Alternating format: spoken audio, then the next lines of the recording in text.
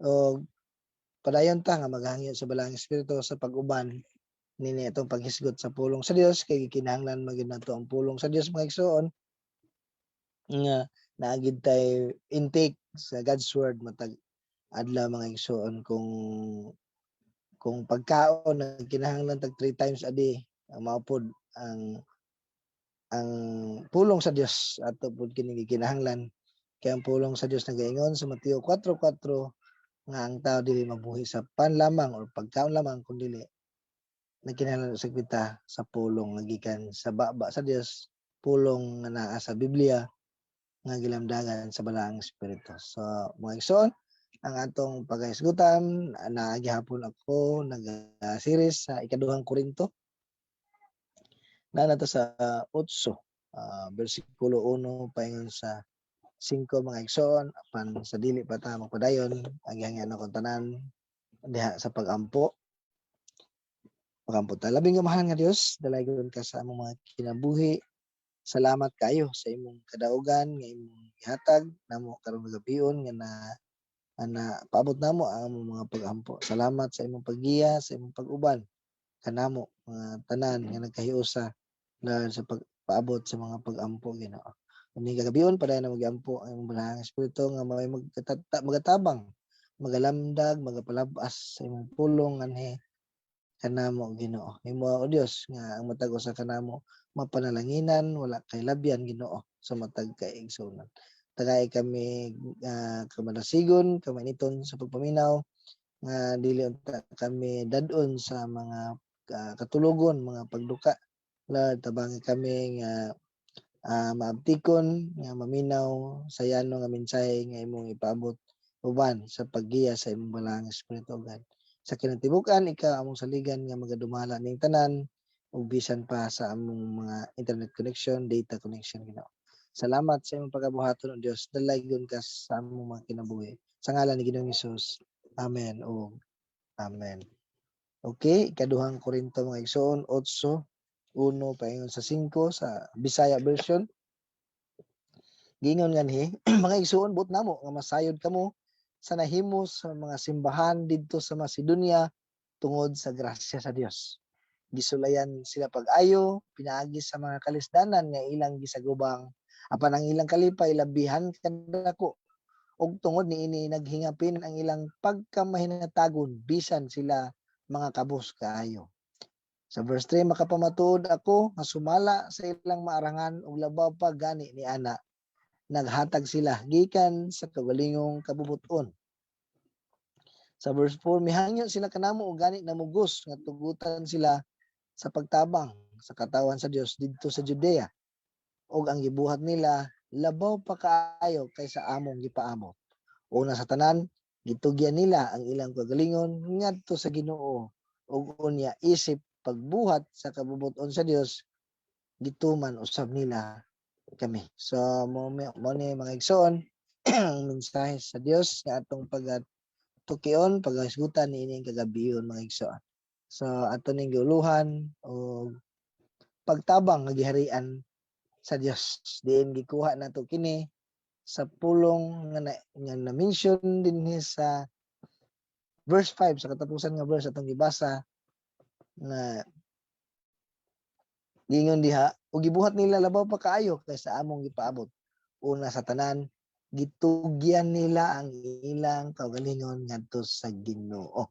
So kana nga word diha nato gikuha nga ang atong giuluhan og pagtabang nga giharian sa Dios kang ilang mga kaugalingon gitugyan man nila sa Ginoo. Gitugutan nila nga ang Dios gayud ang mamuhat sa ilang mga kinabuhi. So atong makita sa mensahe nagsugod kini nga adunay ministry report nga gipaabot si Apostol Pablo kung unsa ang nahimo sa mga katawhan dito sa Macedonia kana uban sa grasya sa Dios. So kay ang kaluwasan nagsugod man gyud na sa grasya sa Dios dili kay sa kaluwasan ra bisan sa atong pagpadayon sa ilang pagpadayon grasya gihapon ang gisaligan busa wala gayud tay ika panghinambog or ikapas sigarbo kay ang tanan uban sa grasya sa Dios. So dili pa gihapon nila maangkon ang nga tungod sa ilang pagkamaayo Amo lang nabuhat na nila kay maayo man mi. Maayo man ming tao. So nabuhat nila kini tungod paghihapon sa Dios. Kang verse 1 na diha makita nato nga adunay ministry report si Pablo may tungod sa pagkamaayo nga ipakita sa mga katawhan sa mga Macedonia uban ang grasya sa Dios. So aduna siya kani pod nga sulat pahimangno kini naga pahibalo sa mga pagtabang may tungod sa mga kabus nga mga katawhan nga naalaot dito sa Jerusalem. So ug ang prinsipyo niini mga igsoon mao'y giya kanato mo'y giya kanila ug lahos kanato ang mahitungod sa pagtabang. So muna gisulat ni aron sila nga taga Corinto madasig ug masundog nila kini nga pamaagi nga kinaiya sa paghatag o pagtabang adto sa mga nanginahanglan. So nindot ni nga mensahe o lahos kini kanato ang may tungod sa pagtinabangay mga igsoon. So nga sila didto bisan sila gisulayan pag-ayo apan ang ilang kalipay mipatigbabaw kay labihan kadako ang ilang kalipay. Wala kapiog ang mga kalisdanan sa nagresulta kini sa ilang pagka mahinatagon mga pinagakuan nga nagresulta sa ilang pagka mahinatagon tungod sa kalipay nga may patigbabaw tungod kay ang Dios ana aman kanila tungod kay gitugyan man nila ang ilang kaugalingon nganha sa Dios. So bisan sila mga kabus kaayo, grabe nga pagka-mention diri, kabus kaayo, pobre gyud. Bisan sila gisulayan pag-ayo, nagasagubang og mga grabe nga kalisdanan. Apan mga igsoon, mao kining mga tao nga wala malumos sa mga problema kundi ang problema mao ay nalumos tungod kay mipatigbabaw ang kalipay taliwala sa ilang mga kalisdanan. So muna ang tao nga masubraan sa kalipay bisag unsa kaya niya ihatag labi na kung ang Dios may naghari sa iyang kinabuhi. Labi na kung itugyan niya sa Dios sa iyang kinabuhi. So labaw na magingsuon ang Dios kung siya mahimuot, malipay ka nato, abunda nga panalangin ang iyang kaya ihatag kana kung sa iyang saad nga pwede niya ablihan ang langit ug ibubo ang mga panalangin ngayang giandam alang kanato. So muna mga igsoon, diya nato makita ang Dios nga nagapadayag sa iyang pagkamahinatagon siya gid atong pinaka-example nga mihatag man gani siya sa iyang pinakabililhon kaayo, pinakapinangga kaayo nga anak nga sa panahon nga siya wala pa mahimuot sa mga tao. While we were still sinners, diba? Sa panahon nga kita makasala, namatay si Kristo alang kanato. So ang ila gayon mga pagtabang magsuon ning sulat ni Pablo sa Corinto, report niya, ministry report sa mga taga Macedonia nga labaw pa sa gidahom tawhanon. So makaingon gayud kita og sila nga naa gay Dios nga nagadumala sa ilang mga kasing-kasing. So amen mga igsoon. Ikaduhang Korinto 9:11 himuon kamo niya nga madagayaon sa tanang butang aron magmahinatagon kamo sa tanang panahon ug daghan unya ang magpasalamat sa Dios sa inyong gasa nga ilang madawat pinaagi kanamo. So daghan unya ang magpasalamat sa Dios. So mao kani mga prinsipyo nga gipaabot kani mga igsoon nga kita iya sa Dios ug ang tanan nga atoa gikan kini kaniya o kinahanglan ayohon nato kini sa paggamit kay gipiyal man niya kini kanato. So muna ang pulong sa Dios gingan sa Isaiah 66:2 nga ang Dios miingon, ang Ginoo miingon, ako'y nagbuhat sa tanang butang, busa ako kining tanan. Ang akong gikahimut-an katong mapabsanon, may nalsulon o may nalukon kanako. So una mga igsoon, kaduha nga prinsipyo dinhi kinahanglan nga pilion nato ang tinud-anay nga pag-alagad sa Dios ug dili sa bahandi o sa kwarta mga igsoon. Mateo 6:24 dili mahimo ang usa ka tawo magpaulipon sa duha ka agalon kay mahitabo gayud nga iyang dumta ng usa ug ang usa iyang higugmaon ug ulungan niya ang usa ug ang usa iyang tamayon. Dili kamo makapaulipon sa Dios ug sa salapi. Sa dayon mga igsoon, sa ikatulo nga prinsipyo pagpakita nga kita nagtahod sa Dios ug mapasalamaton sa Dios kung unsa ang naa kanato. Kung unsa ang naa kanato, kana lang unsa ang naa kanato. O musangpot kini sa madagayaong pagpasalamat sa katawhan ug daghan ang magpasidungog sa Dios. So muna mga igsoon, kaya ang atong pag-alaga dili lamang magsangkap, magtagbo sa panginahanglan sa katawhan nga naa sa kalisod, kundili musangpot sa madagayaong pagpasalamat ngadto sa Dios sa mga tao nga nakaangkon sa gasa nga atong gihatag o sa ilang gihatag. Sa verse 13, tungod sa kamatuod-anon sa inyong pag-alaga, daghan ang nagpasidungog sa Dios. Gumikan sa inyong pagtuman sa inyong mayong balita mahitungod kang Kristo ug sa inyong pagkamahinatagon kanila ug sa uban pa. So, nga mga igsoon, ug usa po niini mga igsoon kining pagtabang nagapalambo sa pagsangyaw sa gospel. Kaya ang gitabangan ini labi na gyud katong mga katawhan nga nasa kalisod o katong mga katawhan nga naghalad silang kinabuhi alang sa gospel mga igsoon. Naghalad silang kinabuhi alang sa pagsangyaw sa may balita diha sa mga kaigsunan nga nagampo, diha sa mga kaigsunan nga aktual nga nagasangyaw mahitungod sa kaluwasan sa uban. So o ang paghatag usab mga igsoon mo ni makatigom kita og bahandi ngadto sa langit. Dili alkansi ang maghatag sahay kay magkakwanta no kanang dulaan ang atong hunahunang kasing-kasing mga mo santop sa hunahunang alkansi man ko kay naghatag ko po sa tinuod.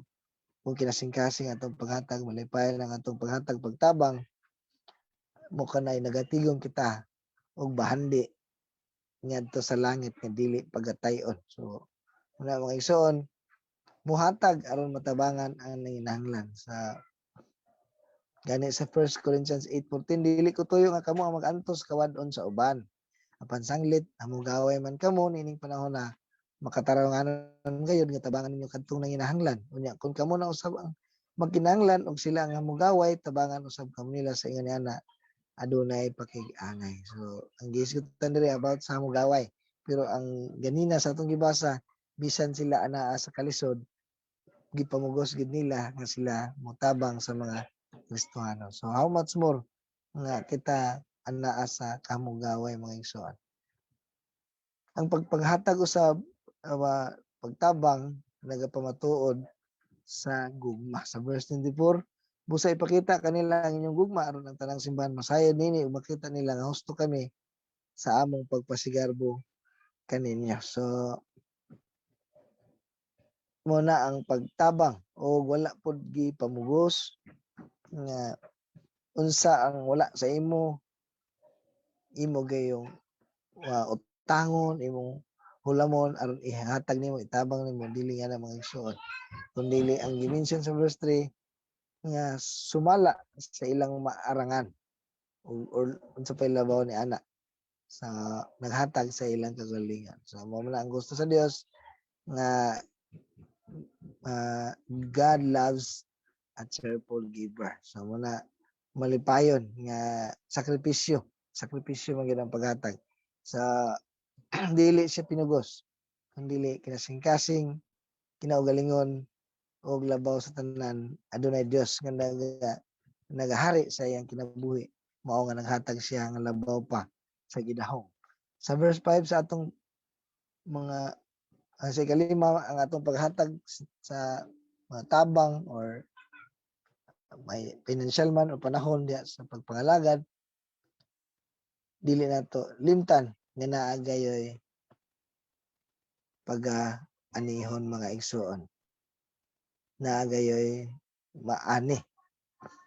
2 Corinthians 9:60 man nga ang nagpugas og jutay mag-anig jutay apan ang nagpugas og daghan mag-anig daghan. So naa gayoy pag-aanihon. Verse 10, ug ang Dios nga may naghatag og binhi ngadto sa magpupugas ingon man sa pan aron kanon maghatag usab kaninyo sa binhi nga inyong gikinahanglan patubuon niya kini aron makaani kamo og dako gikan sa inyong pagkamahinatagon. Himuon kamo niyang madagayaon sa tanang butang aron mahitagon kamo sa tanang panahon ug daghan unya ang magpasalamat sa Dios sa inyong gasa nga dawat pinaagi kanamo. So ang Dios mohatag kanatog labaw pa aron mulambo kita sa labaw pang kamanggihatagon. So mahimo kitang panalangin ngadto sa daghang katawhan pa. Ang Dios makahimo pagbubo sa tanang grasya nga anha kanato ang kita katagaan og katagbawan o daghan pang katawhan nga mapalanginan tungod sa atong kinabuhi. So muna mga igsoon kung kita mahatag aduna gyud na ibalik dili man financial or uban pa ang Dios lamang nasayod alang sa atong kayuhan sa atong mga pagtagbo sa atong mga panginahanglan. Sa atong challenge anini nga kagabion, responsibilidad nato mga igsoon ang pagpakita gayog lawom nga kahangawa o kaluoy sa mga nanginahanglan, especially sa atong kaubang kastuhanon sa masagingon sa Galacia 6:10 busa samtang may kagayunan kita buhaton tang maayo ngadto sa tanang mga tawo labi na gayud sa atong isika magtotoo. Si Jesus gipakita niya mismo nga kasagaran sa iyang pagministry, pangalagad didto gayud nakapunteriya sa mga kabos, sa mga makaluluoy sa katilingban, sa mga tawo nga murag wala na atiman, mga binihag, mga dinaog-daog, mga Samarianhon, di ba sila ang mga Samarianhon nga dili ginalain, dili nila tagad-tagaron, ang mga sanlahon, ang mga byuda o uban pa. Sa mga mga igsoon, maugid ka na gidahom sa Dios kanato nga kita yang katawhan gidahom niya o gimudilan kana sa unang nga mga magtotoo. So muna mga igsoon, tugyan nato sa Dios ang atong mga kinabuhi. Nga alang sa pagtabang paghatag ngadto sa mga nanginahanglan. Gani giyon diri sa Galacia 2:10, ang ila lamang gihangyo mao nga among hinumduman ang mga kabos sa ilang pundok, butang ako gayong gikahinangop sa pagbuhat. Sa Roma 12:8, kung may katakos kita sa pagdasig sa uban, buhaton nato kini. Ang maghatag nga madagayaon gayon. Sa ang mangulo kinahanglan kugi ang magbuhat sa mga buhat sa kaluoy, kinahanglan magbuhat nga malipayag. So daghan pa nga mga suporta dinhi mga igsoon nga atong mabasa bisan gani sa buhat dos diha nato makita nga ang ilang mga kabtangan, ilang gibaligya, gipag-ambitan o giapod-apod sa mga panginahanglan. So naagi pagtinabanga sa mga kaigsuonan didto sa Macedonia bisan sa buhat ug uban pa nga mga dapit diin ginagmodel ang Dios, nagmodel si Ginoong Hesus, nagmodel usab ang mga unang kastanon sa unang panahon. So sa atong panapos conclusion kinahanglan gayud kitang tinabangay mga igsoon ug batunan nato ang pagpakita kahingawa ug kaluoy labi na sa mga igsoon nato nga naa sa panginahanglan. So kana mga igsoon mahimo nato kung maghari ang Dios kanato, maghari usab ang Dios kanato kung tugutan nato siya nga mamuhat sa atong mga kinabuhi. Ang Dios maghinatagon og magresulta kana nga ikaw ako manggihanatagon tang tanan. So kung yana no, ngana ang tanan, yana ang tanan sa tan-aw nato mga igsoon naa kay malabian og kalisod. Wala di ba? So nindot kayo nga amen gid kayo sa mensahe nga atong nadungog karon.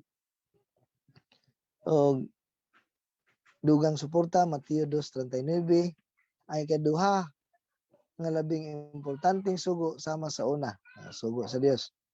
Higugmaa ang imong isikataw sama sa imong kaugalingon. So kana nga prinsipyo ang Dios magatabang unta na ato kanang makinabuhi ma-apply bisan sa atong mga prayer meeting dako kay na nga kahimuan nga matabangan nato ang anaa sa mga panginahanglan ug labi na gayud kung mohatag kita o pagdasig, pagampo, pagdasig pinaagi sa buhing pulong sa Dios o pagtabang pinansyal, moral nga pagpakita nga ang matag usa kanato gitagaan nato pagtagad, tagaan nato nga importansya ang matag usa sa atong mga kinabuhi. So kana lang mga igsoon, ang Dios manalangin sa matag usa magampo ta.